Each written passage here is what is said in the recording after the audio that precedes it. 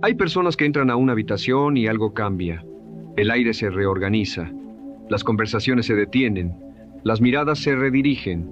Y hay personas que llevan años en esa misma habitación, hablando, trabajando, esforzándose, y nadie las ve. No porque sean invisibles, no porque les falte inteligencia, ni preparación, ni valores, sino porque han confundido durante toda su vida el ser con el parecer, el existir con el proyectar, el tener con el transmitir. Y esa confusión les ha costado ascensos que merecían, relaciones que deseaban, respeto que habían ganado pero que nunca supieron reclamar. Esa es la verdad que nadie te dice en la cara. Que el mundo, con toda su injusticia y toda su brutalidad, no responde a lo que eres por dentro, responde a lo que percibe por fuera. Y la percepción, aunque no lo parezca, es algo que se construye, se trabaja. Se cultiva con la misma disciplina con la que un escultor trabaja la piedra, sabiendo que no añade nada, sino que quita todo lo que sobra. Durante siglos, los grandes pensadores han debatido si el carácter es destino. Yo creo que lo es, pero con una condición que casi siempre se omite. El carácter tiene que volverse visible. El hombre más íntegro del mundo, encerrado en el silencio de su propia mente, no cambia nada, no inspira a nadie, no transforma ningún espacio. La virtud escondida es casi tan inútil como el vicio, porque vivimos en un mundo de señales y si no emites las correctas, el mundo simplemente pasa de largo. Quiero que hagas algo ahora mismo, quiero que pienses en alguien que conoces, no necesariamente famoso, no necesariamente poderoso, pero alguien a quien la gente escucha cuando habla. Alguien que no necesita levantar la voz para ser oído. Alguien que cuando entra a un espacio genera una especie de gravedad silenciosa que atrae a los demás hacia él. Piensa en esa persona. Ahora, pregúntate con honestidad, ¿es más inteligente que tú, más trabajadora, más honesta? En muchos casos la respuesta incómoda es no. Lo que tiene esa persona que quizás tú todavía no has desarrollado plenamente es algo que los romanos llamaban auctoritas, autoridad. Pero no la autoridad que te da un cargo o un título, sino la autoridad que emana del interior y que el mundo reconoce sin que nadie se lo explique. La presencia no es arrogancia. Aquí está el primer malentendido que quiero desmantelar porque es el que más daño hace. Cuando hablo de presencia no estoy hablando de volumen.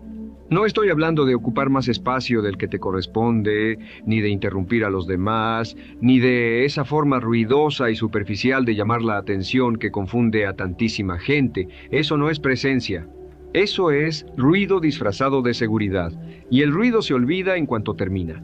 La verdadera presencia es, paradójicamente, silenciosa en su núcleo, es una cualidad de densidad, como la diferencia entre el plomo y el corcho. Ambos existen en el mismo espacio, pero uno pesa y el otro flota sin ancla. Una persona con presencia genuina pesa. Sus palabras pesan, sus silencios pesan, su mirada pesa. No porque imponga, sino porque está completamente ahí, completamente presente en el momento que ocupa, sin estar a medias en otro lugar, sin estar calculando qué decir después mientras alguien más habla, sin estar ausente dentro de su propio cuerpo. Y aquí llegamos al primer pilar de lo que voy a explicarte. La presencia comienza en el cuerpo, no en la mente, no en las palabras, en el cuerpo. Los seres humanos somos animales antes de ser filósofos. Nuestros cerebros más primitivos, los que gobiernan la supervivencia y el juicio instantáneo, evalúan a otros seres humanos en fracciones de segundo mucho antes de que el pensamiento consciente pueda intervenir. Y lo primero que evalúan es el cuerpo. La postura, el movimiento, la respiración, la forma en que alguien ocupa el espacio que le rodea. Existe en la naturaleza humana algo que los antropólogos y psicólogos han estudiado durante décadas. La tendencia a inferir el estatus interior de una persona a partir de sus señales físicas externas. No es superficialidad, es biología. Es un sistema de lectura rápida que ha permitido a nuestra especie sobrevivir porque en el mundo antiguo, detectar quién era dominante y quién era sumiso podía ser literalmente la diferencia entre vivir y morir. Ese sistema todavía opera en cada sala de reuniones, en cada conversación, en cada primera impresión. La buena noticia es que puedes aprender a hablarle directamente. La mala noticia, si es que lo es que no puedes engañarlo con palabras, solo puedes hablarle con el cuerpo. Una persona que camina encorvada, con los hombros caídos hacia adelante, el pecho hundido, los pasos cortos y apresurados, le está enviando al mundo una señal que puede resumirse en una sola frase. No confío en que el espacio que ocupo me pertenezca. Y el mundo, ese sistema colectivo de evaluación permanente que somos los seres humanos, responde a esa señal con exactamente el trato que corresponde a alguien que no confía en su propio lugar. Se le interrumpe, se le ignora, se le subestima, no por maldad, por resonancia. Lo contrario también es cierto. Una persona que se mueve con calma, que no apresura sus gestos, que mantiene la postura abierta, que hace contacto visual sin agresividad pero sin huir, que respira de manera visible y profunda, esa persona comunica sin decir una sola palabra: estoy seguro de que tengo derecho a estar aquí, y el mundo responde en consecuencia. ¿Cuántas veces has subestimado el poder de estos detalles? ¿Cuántas veces has atribuido la diferencia en el trato que recibes a factores externos, a la suerte de otros, a injusticias del sistema, cuando en realidad parte de esa diferencia estaba inscrita en la forma en que entrabas a cada espacio? Pero el cuerpo es solo el principio, porque la presencia verdadera necesita algo más profundo para sostenerse. Necesita lo que los griegos llamaban ethos, el carácter que se percibe detrás de cada acción. Y el ethos no se puede fingir por mucho tiempo. Puede imitarse en la superficie durante un momento, pero se deshace en cuanto la presión aumenta, en cuanto la situación se complica, en cuanto alguien te lleva a terreno desconocido. Por eso el trabajo de la presencia tiene que ser simultáneamente externo e interno. Y el trabajo interno es más difícil, más largo y más recompensante que cualquier ajuste superficial.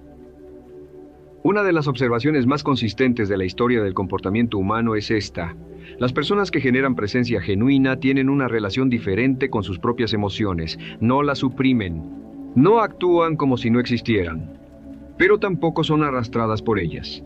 Han desarrollado lo que en la tradición estoica se llama el espacio entre el estímulo y la respuesta. Ese momento, a veces brevísimo, en que una persona puede observar lo que siente antes de actuar desde ello. Ese espacio es donde vive la dignidad, ese espacio es donde nace la autoridad real. Cuando alguien te provoca y tú reaccionas al instante, desde el reflejo, desde el miedo o desde el orgullo herido, pierdes algo que es muy difícil de recuperar en esa interacción: la percepción de que eres tú quien controla tu interior. Y el mundo, ese sistema de lectores incesantes que somos, lo nota. Puede que no lo articule, puede que no lo piense conscientemente, pero lo siente.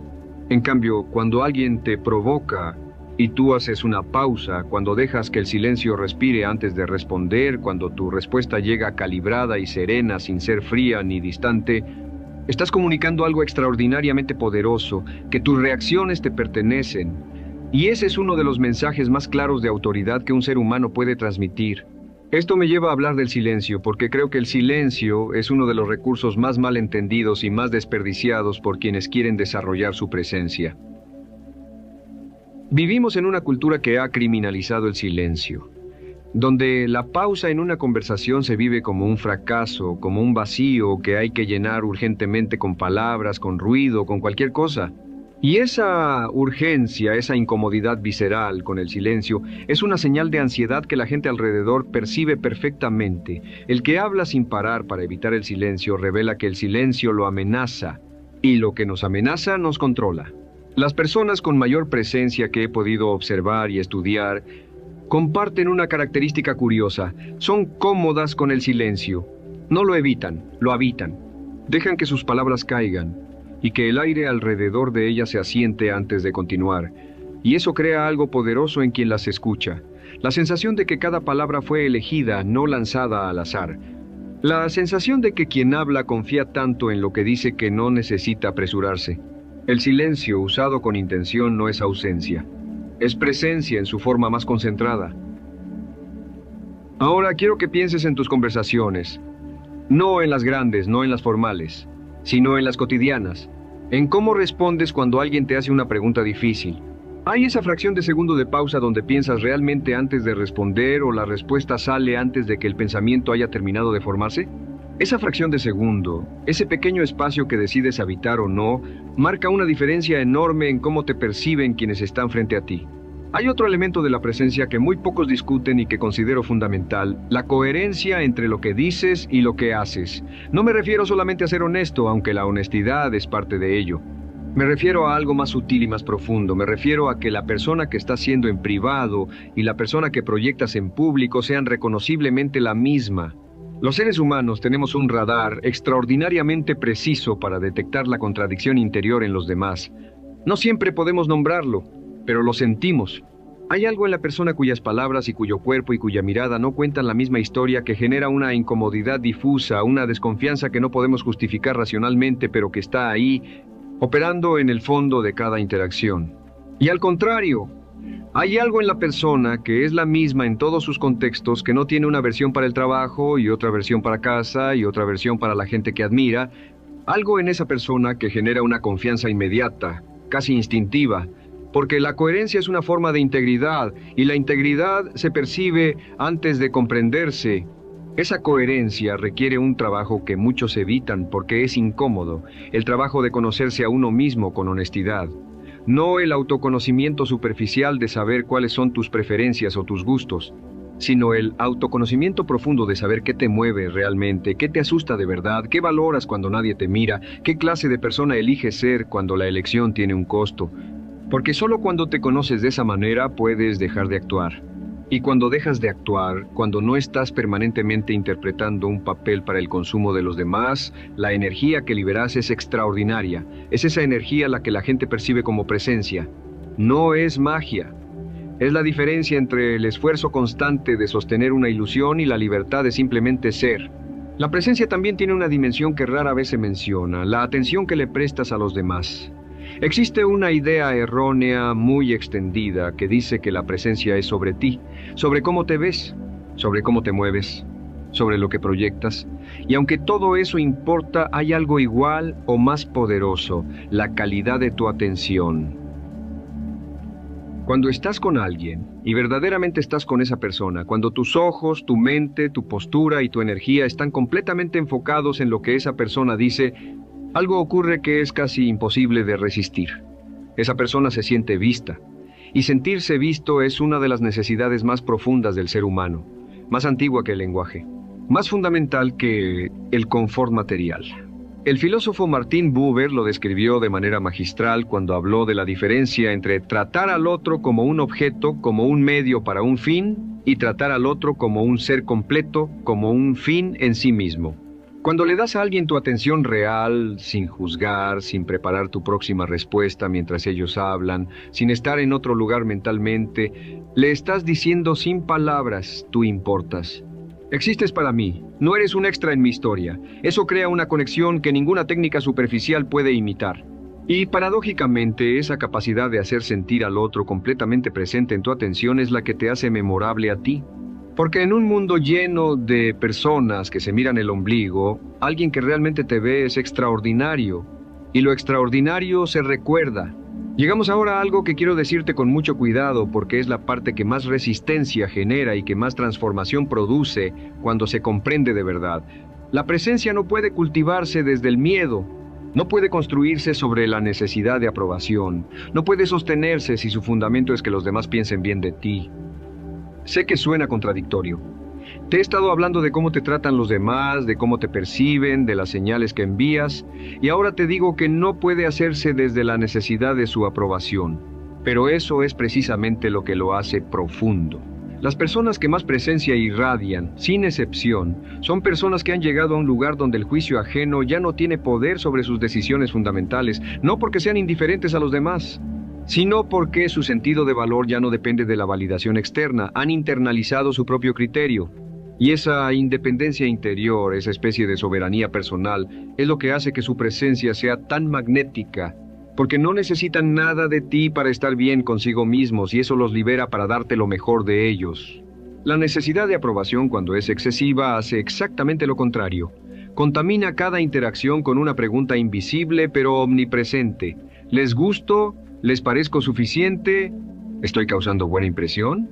Y esa pregunta invisible actúa como un ruido de fondo que distorsiona todo lo que dices, todo lo que haces, todo lo que eres. La gente lo percibe como inseguridad.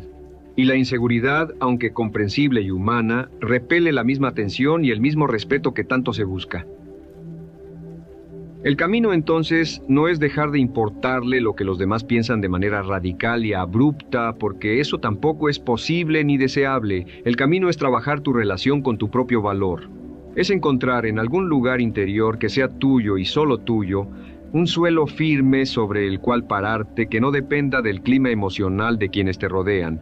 Ese suelo puede ser tus valores, puede ser tu historia de lo que has superado, puede ser el conocimiento de que eres un trabajo en progreso, pero un progreso honesto. Cualquier cosa que sea genuinamente tuya y que no te pueda ser quitada por la opinión de nadie. Cuando encuentras ese suelo, algo cambia en la forma en que te mueves por el mundo. Cambia la forma en que entras a una habitación, cambia la forma en que miras a los ojos. Cambia la forma en que dices no cuando tienes que decir no y sí cuando eliges decir sí. Cambia la forma en que recibes la crítica, la adulación, el rechazo, el reconocimiento. Todo pasa por un filtro diferente, y ese filtro diferente es lo que los demás perciben como presencia. Entonces, ¿qué hacer? No como lista de pasos, sino como comprensión profunda de un proceso que es gradual, que no ocurre de un día para otro, pero que sí puede comenzar hoy. Empieza por el cuerpo. Observa cómo lo ocupas. Observa tu postura cuando estás solo, cuando nadie te mira. Porque ahí, cuando no estás actuando para nadie, está la verdad de tu relación contigo mismo.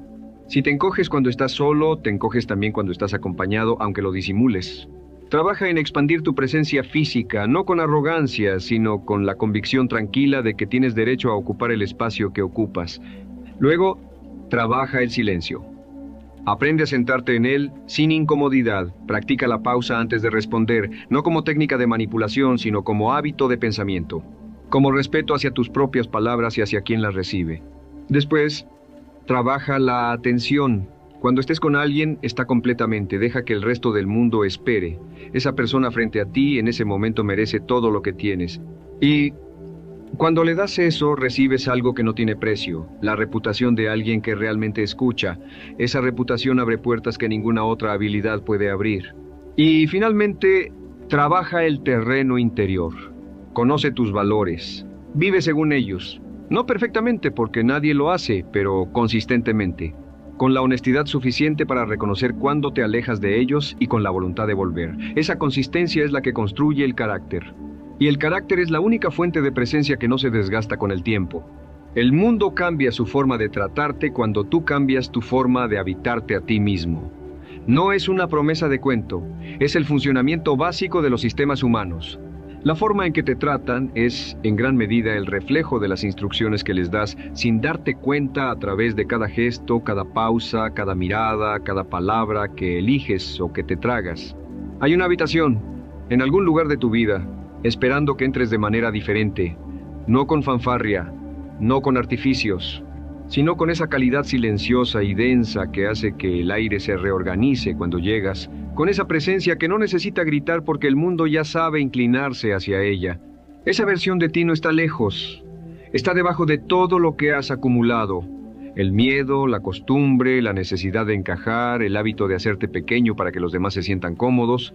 Está esperando que dejes de confundirla con arrogancia, que la reconozcas,